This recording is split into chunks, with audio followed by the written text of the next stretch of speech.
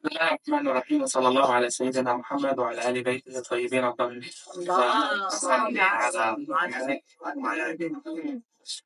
اليوم حنتعامل مع علم الطاقة.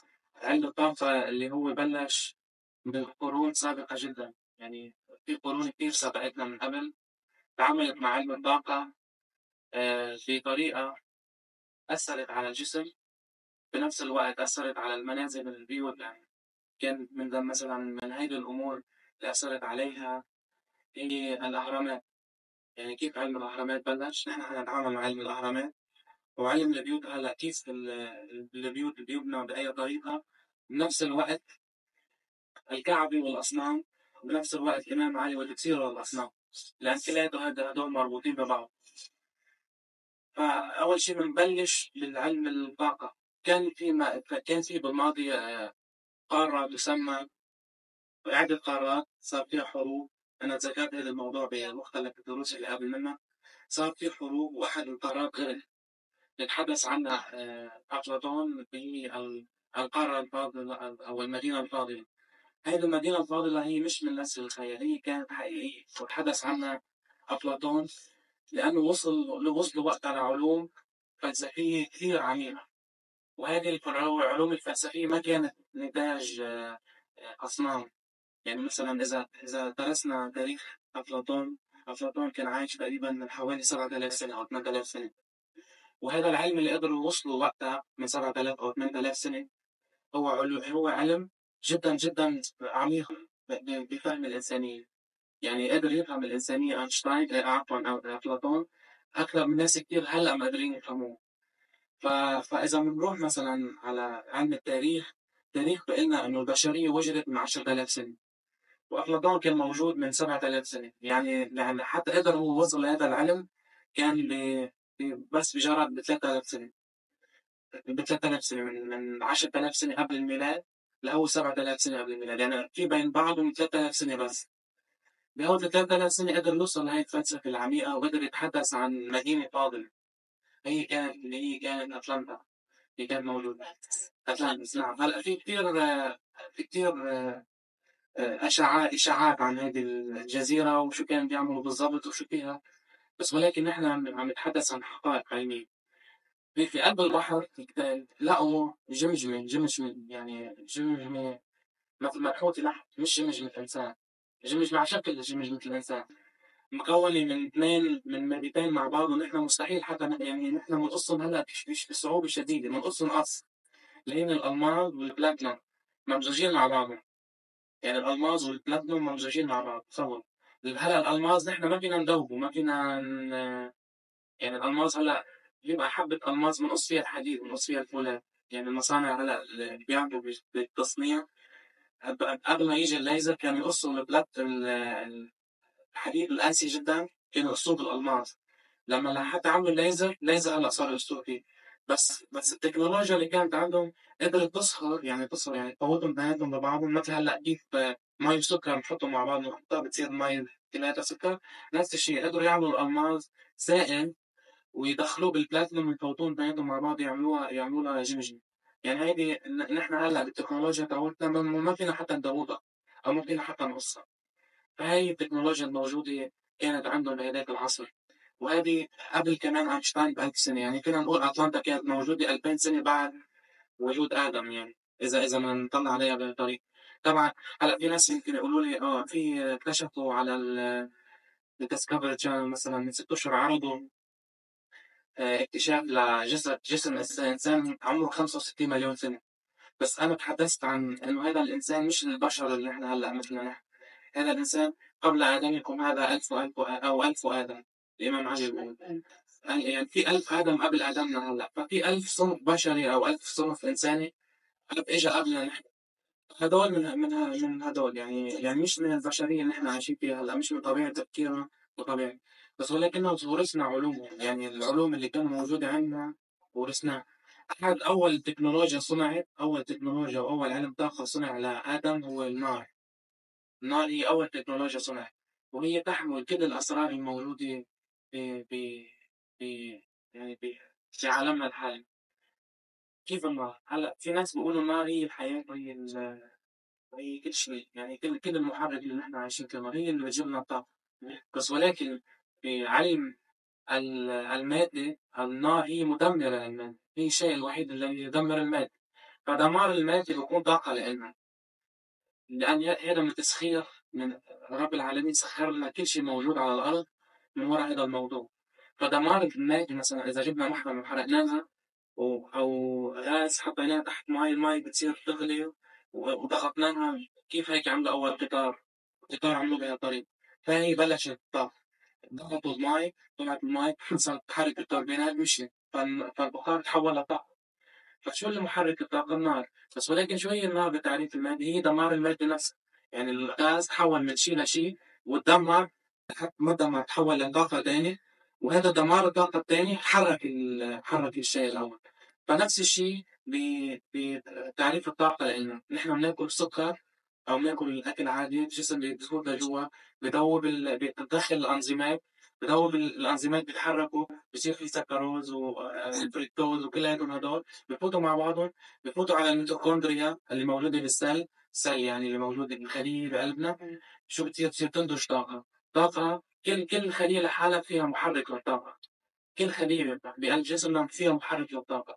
وفي الأنسجة كلياتها، أول شيء الخلايا، وتحت منها في نسيج كمان من خلايا مكون، هذا كمان بيمد الطاقة، بيمد طاقة للجسم. هلا في علوم بتحدث عنها الحاجة، هي علم الفانك شو، هو العلم الصيني بهذا الموضوع، توصل الطاقة بالجسم، أو بيسموه الصينيين علم الفانك شو. هذا العلم بيقولوا إنه عن طريق الإبر بيقدروا يوصلوا الطاقة إذا وقفت بمحلات. يعني إيه؟ بس إذا وقفت، يعني إذا واحد هلا يعني بيسك، يعني عم يتعلم علم الطاقة جديد، طيب بيقول طب إذا وقفت الطاقة على الخلية لازم تموت. فعلا هي بس ما بتموت، بتوقف تعمل إضاءة، يعني الإضاءة بتوقف. ليش؟ لأنه النسيج اللي تحت منها بعضه بيضلوا بيمدها بالطاقة.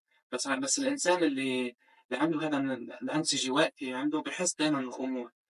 فعشان هيك اللي بيرجعوا بيقولوا هالأوبر بيرجع بيمشوا علم الضغط، يعني بيرجعوا بيمشوه من جوا لحتى يطلع منه هذا الخمول. طب هذا الموضوع هلا نتساءل، شو دخل القرون الأولى بالكعبة والأهرامات؟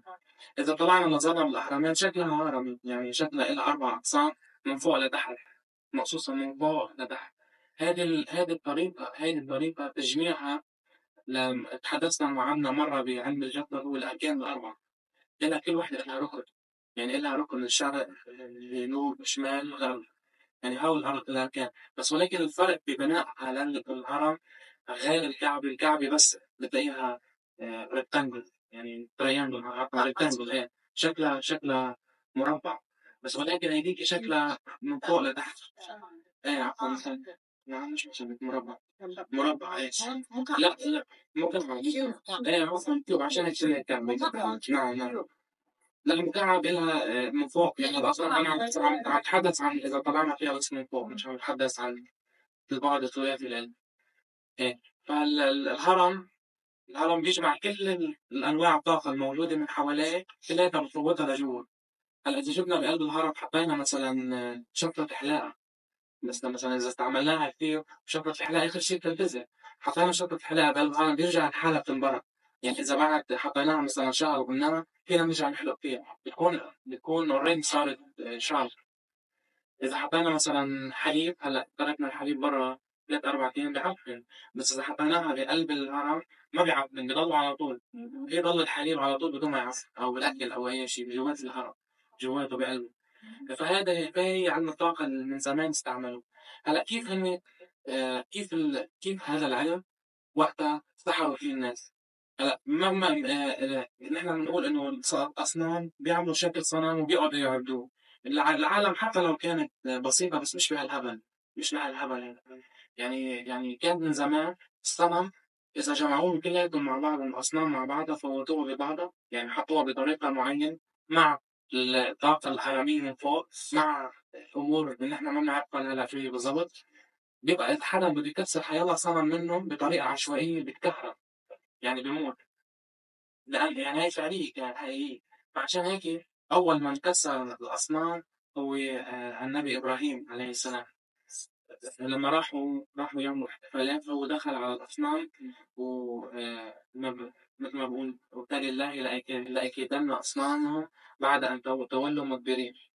يعني بعد ما راحوا هن راح بده هو ينتقم من الأصنام. بس كيف يعني جاب فأس وصار يكسرها يلا. يعني مثلا هلا أنا إذا كنت هالقد عشوائي فوت أول شيء بلاقي أصنام صغيرة بقول هلا بكسرها برجلي بروح بهجم أول شيء على على الصنم الكبير. بس هو شو عمل شيء بالقرآن الكريم يعني حتى يوحينا بهذا الموضوع كسر الأصنام الصغيرة وترك الصنم الكبير. طيب ليش ما كسر الصنم؟ فات مرة إنه بيكسرهم كلياتهم. ليش حرقوا قلبه على الصنم الكبير وما حرقوا قلبه على الصنم الكبير من ناحية إنه لا عبادة لرب العالمين. فهون فهون نتساءل إحنا بهذا السؤال. يعني نحن دائما إذا بدنا نفكر ليش صار هذا الموضوع لازم نطبقه على حالنا. هلا ستنا نحن محل أصنام لقينا صنم كبير وأصنام صغيرة. أول شيء بنهجم عليه الصنم الكبير لنكسره بعدين نتفرق للأصنام الصغيرة. هيك بنعمل أول شيء نعمل شغل تقيل وبعدين نخلي الشغل الصغير. هون نتساءل شو صار. هلا النبي إبراهيم علم هذا العلم. يعني كيف يفكك الطاقة بس ولكن ما قدر على الكبير. ما قدر يكسر الكبير. يعني الآن في هنالك مخزن هذا الموضوع بالمستقبل حيصير. للمستقبل مش كان متروك للمستقبل مش متروك لوقته نفسه. فلما اجى كسر الاصنام الصغيره اول شيء بس ولكن كسرها بطريقه هرميه. يعني كسر هذا الصنم حسب حسابه رجع كسر صنمتين. لا قدر يفكك الطلسم تبعه الطلسم الطاقوي تبعه. إلى طلسم طاقه فقدر يفككها. كسر صنم ما كسر الصنم لحد منه لا عاد كم صنم وكسر هذاك رجع عاد كم صنم وكسر حتى قدر يفكك الطاقه كلها واخر شيء ترك الصنم الكبير. لا لان اذا كسر الصنم الكبير كان حيتدهور. يعني كان لأن ما حيقدر للطاقة تعود. يعني ما حيقدر لتنظيم الطاقة ويتعود لأن هذا العلم تفضيل. يعني رب العالمين بفضل فيه ناس عن ناس. فترك الصنم الكبير. فلما اجوا سألوا شو مين كسرهم؟ قال لهم بل فعله كبيرهم هذا فاسألوهم إن كانوا ينطقون. يعني إذا بيحكوا بس ولكن فرجعوا شو صار فيهم فرجعوا لأنفسهم فقالوا إنكم أنتم الظالمون. ثم نكسوا على رؤوسهم فقد علمت ما هؤلاء ينطقون. يعني قالوا اخر شيء هذول ما بينطقوا ما بيحكوا كيف بدنا نحكي. بس شو كانوا خايفين منه؟ يعني كان في شيء مخوفهم منه. ولكن اول هذيك الناس اللي ما بيعرفوا انه في هذا علم طاقه ما في علم طاقه سكتوا عليه المفروض هو ما بينطقوش يعني. بس ولكن خافوا حتى يروحوا يكسروا ليه لان اذا كسروه او راحوا اذوا هذا بدهم يتاذوا كمان. يعني كان في شيء رديف مضاد له. يعني شيء من هون ومن هون. تبع هذا الموضوع مباشرة إنه قاموا زبطوه بالنار. مباشرة قاموا زبطوه بالنار. يعني دليل على عم بيحكي اللي هلا الوقائع اللي حتصير. زبطوه بالنار رب العالمين قال للنار كوني بردا وسلاما. بس ولكن هو حطوه على المنجنيق عليه السلام وزبطوه هن وعم يزبطوه بالمنجنيق. ما فينا نقول بطئ الوقت شوي. نزل جبرائيل عليه السلام في رواية هذا الموضوع. ف قال له جبرائيل لنبي الله إبراهيم عليه السلام قال له بدك إياني يساعدك؟ يعني هلا أنا بتحدث مثل عن بدك إياني يساعدك؟ قام قال له إبراهيم عليه السلام لا ما بديش أنا معتمد على رب العالمين. يعني هذا كمان حتى النبي إبراهيم كان عم يمتحن بهذا الظرف يعني تصوروا الآية. فلما نزلوا على النار قال لهم رب العالمين كوني بردا وسلاما. فخصت هيك بعد ما كانت نار قوية جمعوا حطب لها بيقولوا كانت توصل لعنان السماء. فلما هديت النار بعد شي ساعتين هديت طفى بلش كان كل شيء. فطلعوا هيك لقوا في واحد عم يطلع من النار. فانصدموا. قام قالوا له شو صار كيف شو عملت انت شو تحت هذا. قال لهم انه انا يعني بما معناه في بعض الروايات بتقول هيك انه النار ما بتعمل شيء لهذا وانتم كمان لازم تجمعوا النار وتفوتوا لجوا تجربوا هذا الموضوع شيء بحال. فانا يمكن اقتنع بهيك. كان من ضمن علماء وسحرة وخبراء بالطاقة. فأنا فكروا إنه هو كمان عم يلعب بالطاقة. فأنا كمان بدهم يجربوها يعملوا نفس الشيء ليه لحتى يبرهنوا للعالم إنه مش إبراهيم بس بيعمل الطاقة. فأنا عملوا جمعوا الخشب وقتها شو مثل هرم. فأنتوا اللي جواته ولعوا بس احترقوا كلها يعني. فبتتكمل هذا الموضوع لحتى وصلوا للكعبة. وحطوا الكعبة الشريف وحطوا عليها الأصنام. حطوا عليها الأصنام. كان وقتها 360 صنم أو 370 بس ولكن كان دائما يذكر 360 لا 360 درجة. يعني في نحن عندنا بالساقة 360 درجة، فحتى كانوا بأصنام إبراهيم كانوا بيقولوا 360 سنة. فكانوا يحطوه مش هن الأصنام اللي فيهم طاقة، لا كانوا يحطوا يعني يعملوا أمور يعولوا عليها ليحطوا طاقة بقلبها، يعني من جوات الكعبة، من برات، على الأطراف، على يعني بطريقة معينة. فدخل الرسول صلى الله عليه وآله وسلم، دخلوا وقت لما دخلوا على الكعبة، كان نعرف كل هذا القصة كيف دخلوا. فبقي إنه يطلع حدا ويكسر الأصنام. هلا إذا طلعنا نحن من الكعبة، أول سؤال سألته لما رحت على الحج، نسأل طيب الكعبة هي هيك مثل المكان؟ بيقولوا هي نفس الشيء، بقول هي هدمت 3 مرات بس، ولكنها كانت هيك وعمروها، رجعوا عمروها بس. ولكن إذا جبت شخصين فوق بعض، حطينا شخصين فوق بعض، ما في يوصل للسطح. إذا بيت طابق واحد ما فينا نوصل للسطح، حطينا شخصين فوق ما بيوصل للسطح. نفس الشيء إذا واحد كان حتى لو كانوا طوال. وهلا ابوك الان سلام الله عليه بعدها موجود، وقبر الرسول بعده موجود، يعني ما كانش اطول من مترين. خلينا نقول مترين. طيب مترين فوق بعضهم بيصيروا 4 امتار. هو الامام علي طلع عليه قصاص، بس هلا نشوف نقول كيف. اذا مترين فوق بعضهم 4 امتار، فاذا خلينا نقول الكعبه اقل بيت كان 6 امتار واحد، في مترين. طيب كيف قدروا يطلعوا؟ ما كانش في سلم واحد. كل الروايات بتذكر انه الامام علي طلع على ظهر الرسول صلى الله عليه وسلم، ومنها طلع على الكعبه. إيه. بس في عنا روايه بتقول انه اول شيء الامام علي اجى بده يحط يعني وطى على احتراما للرسول صلى الله عليه وسلم، فبده يطلع الرسول. فالرسول قد ما انه تقيل مش من الناحيه الماديه، يعني كان الامام علي بيقدر يحمل الرسول من الناحيه الماديه، او النبي محمد بيقدر يحمل الامام علي، ولكنه تقل، مش تقل مادي، تقل مادي، تقل معنوي. ليش؟ لان في ضغط فوق. كان عم يتحدث عنه، لان الضغط مع النبي محمد كان شديد على ظهر الامام علي، فما قدر يحمل الرسول. يعني كان في شخصين بس قادرين يكسروا الاصنام على الكعبه، الرسول والامام علي بس. ما كان حدا ثاني بيقدر يكسر الاصنام. فلما طلعوا لفوق، الرسول طلع على الإمام علي. طبعا في قديش طول الكعبة، أنا بديش أقول شو صار بالضبط هونيك. قدر يطلع لفوق، خلينا نقول نط عليها نط، طلع عليها لفوق، بلش يكسر الأصنام بهي الطريقة. يكسرها بطريقة مكعب، يعني هذيك كان طريقة هرمية، هذا طريقة مكعب لأنها على الكعبة. لأن كان المكعب عين طاقة تعول أعلى من الهرمي. الهرمي الآن إذا هلأ رسمناها بنشوف كم نقطة تلاقي فيها. بتلاقي مثلا أول شيء من نقطة فوق بتوزعوا على 4 نقط من فوق. بالكعبة لا، في 4 نقط بتوزعوا على 4 نقط من تحت. يعني طاقة تعولها كانت أعظم بكثير من طاقة الهرم. تعول الكعبة اللي عملوها بطريقة جدا جدا قوية. فكسر الإمام علي كل الأصنام، وقف صنم كبير وكسر الكعبة. يعني فنزلوا كل الأصنام عن الكعبة المشرفة من فوق. فهذا العلم ما كانت من فوق ولا كيف طلعوا يحطوا الأصنام؟ نعم، بيطلعوا بسلم، بيطلعوا بشيء. بس كانوا الأصنام سلم مفتوح. بس هو ما استخدم السلم. لا هو ما استخدم السلم، لا الروايات حتى عند أهل السنة بيقولوا إنه الرسول هو طلع رفع الإمام علي. حتى عند أهل السنة أنا جايبها رواية مش من الشيعة، من السنة عندهم كمان مذكورة هذا الموضوع. السلم من فوق وجوات الكعبة. اي ولكن ما كانش في مثل هلا للكعبه فوق مثل درجات بيطلع عليها لفوق. كان اول شيء الامور تنحدر حدر، يعني بيطلعوا محدة لفوق بصيروا يحدوها، مش مثل هلا في درجه. قصدي هي السيرفس كان انا قصدي ولا جوا؟ لا كان من فوق منه بس ما كان في جوا. لا ما كان. يعني هلا اذا كان في جوا ولا مش مهم، بس هو كانوا فوق. الاصنام اللي كسرت كانوا موجودين فوق. فالإمام علي لما سئل يعني بتفضيل أي أفضل الأنبياء ولا الأئمة، فينا بدنا نقارب بهذا الموضوع من هذه النقطة، إنه الإمام علي أفضل من النبي إبراهيم بهذه النقطة، لأنه أعطي هذا العلم وكسر كل الأصنام، ولم يكسر النبي إبراهيم كل الأصنام، مع أنه الإمام علي من صلب النبي إبراهيم. فهي هو تفضيل رب العالمين من ناس على ناس، بهذا هو بيجي تفضيل بهذه الطريقة. أكيد بالعلم بأمور تانية.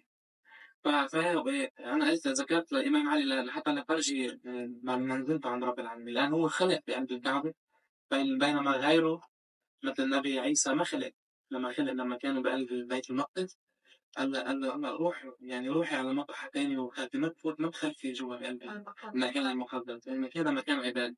بس ولكن مع الإمام علي خلفته بقلب الكعبة. وفي تحدي أطلقوا العلماء الشيعة بعضهم يطلقون عبر التاريخ وعبر السنين والأيام. كل اللي راح على الكعبة الركن الأيمن اليماني بتلاقوه مكسور يعني مش مثل مشقوق حجمه قد شعر. هلا الكعبة كان من زمان كعب. شو عملوا هن؟ إذا بجيبوها هلا من تحت حطوا مثل حديد على أضرابهم من تحت لين قالوا لنا بيسكروا هذا الشيء. بس ولكن على كل عيد الإمام علي عيد عيد مولده بيرجع بشيء من أول وجديد. بيرجع بشيء من جديد. سكروه بيرجع بشيء من جديد. جابوا خبراء مثلا أمريكان شي حوالي 40 سنة وخبراء فرنسيين وهيك غيروا البطون. حطوا بطون كمان يرجع ينشأ حطوا رجعوا كونكريت رجع كمان ينشأ بنفس المطرح. بس على هيك مولد الإمام علي بينشأ وبيطلع منه ريحة حلوة. هلا إذا طلعوا الكعبة يقصوا آخر شيء من حاطينها بطريقة إنه مثل مبشمينها تمشي بس ولكنها مبين إنه مشقوقة هون في شيء ما بيقدروا يسكروه. هذا دليل الله يعني. كل واحد بيقف حد الكعبة هو عم يمرق بقول طب معقول السلطات السعودية هالقد تشيب يعني أو بخيلة يعني مش عم تسكر. لا هن حاولوا كتير. حتى الكعبة من تحت عز الله الكعبة من تحت إذا بتشوفوها بتلاقوها مقربة لقدام شوي حاطين عليها حديد وكانوا مسكرينها من هذا. يعني حاولوا يخلفوها بأمور كثيرة بس ولكن رجعت شقت من فوق. يعني شقت مطرح الحديد اللي مطرح ما يخلفون شقت من فوق. فقالوا لك هذه إذا كمان سكرناها فوق بدها تنشق من فوق لحتى كل الكعبة يخلفوها. فإيش شيء العالم عم تتساءل ليش هيك عم بيصير بس ولكن بقولوا إنه هيدي كرامة للكعبة بيصيروا مثل ما حرفوا أمور كثير. حاجة عليهم. وحتى في شخص كمان موجود إذا هذيك المرة كمان فرجيناها بس رجع بعيدة. أول ما بلشنا ندروس على مقتل الرسول كان رجل بده يكسروه من فوق. هو طلع لفوق بده يكسر انحرق دغري. لزق بالباب حاطين قبره على قبة الرسول من فوق. فهلا إذا بتقولي لهم في ناس كثير محششة يعني بعتذر للتعبير بس ولكن في ناس كثير مثلا هلا على الانترنت بيشوفوها لهيك الشغله بشوفوا الشيء قدامه بقولوا هلا هيدي باكس يعني علبة بتضوي ضوء. علبة الأضوية طيب علبة الأضوية فيها يحطوها تحت فيها يحطوها تحت ليش حاطينها فوق مش مربوطة مش موصول فيها ولا شريط كهرباء. يعني شوفي التحرير كيف بيقعد يلعبوا يعني إذا الكعبة هيدي الدليل والقبر الرسول دليل وكل هدول الأدلة وهن بحثون. طب شو بعد أكثر من هيك؟ يعني حتى لو بكرة يعني أنا بالمستقبل لو أعيد إحياء الرسول صلى الله عليه وسلم بيرجع بيحيي وبيجي بيقول له الإمام علي هو هذا إمامته اللي عم بيقولوا بكسبوه يعني تصوروا لهذا هذول خلص دخلت قلوبهم القسوة ولو شو ما عملت لو شو ما أعطيناهم أدلة خلص سكر يعني هي. فهذا العلم له كمان تأثير علم الطاقة من المجال. كمان له تأثير على طريقة البيوت لعمار البيوت وكيف لازم تتعمر وكيف مثلا لازم يحط غرفة النوم بأي طريقة. هلا مش حنرجع نعمل كل البيوت من أول وجديد بس ولكن هي بس ذكر وأن نفعت الذكرى. أنا بدي يكون في بهذا الموضوع شوي صغيرة ونكمل إن شاء الله الجمعة الجاية بضيق الوقت. كانوا من زمان لما حتى الواحد يعمر بيت مش مثل هلا بنروح على ريل ستيت ومعه مثلا 20,000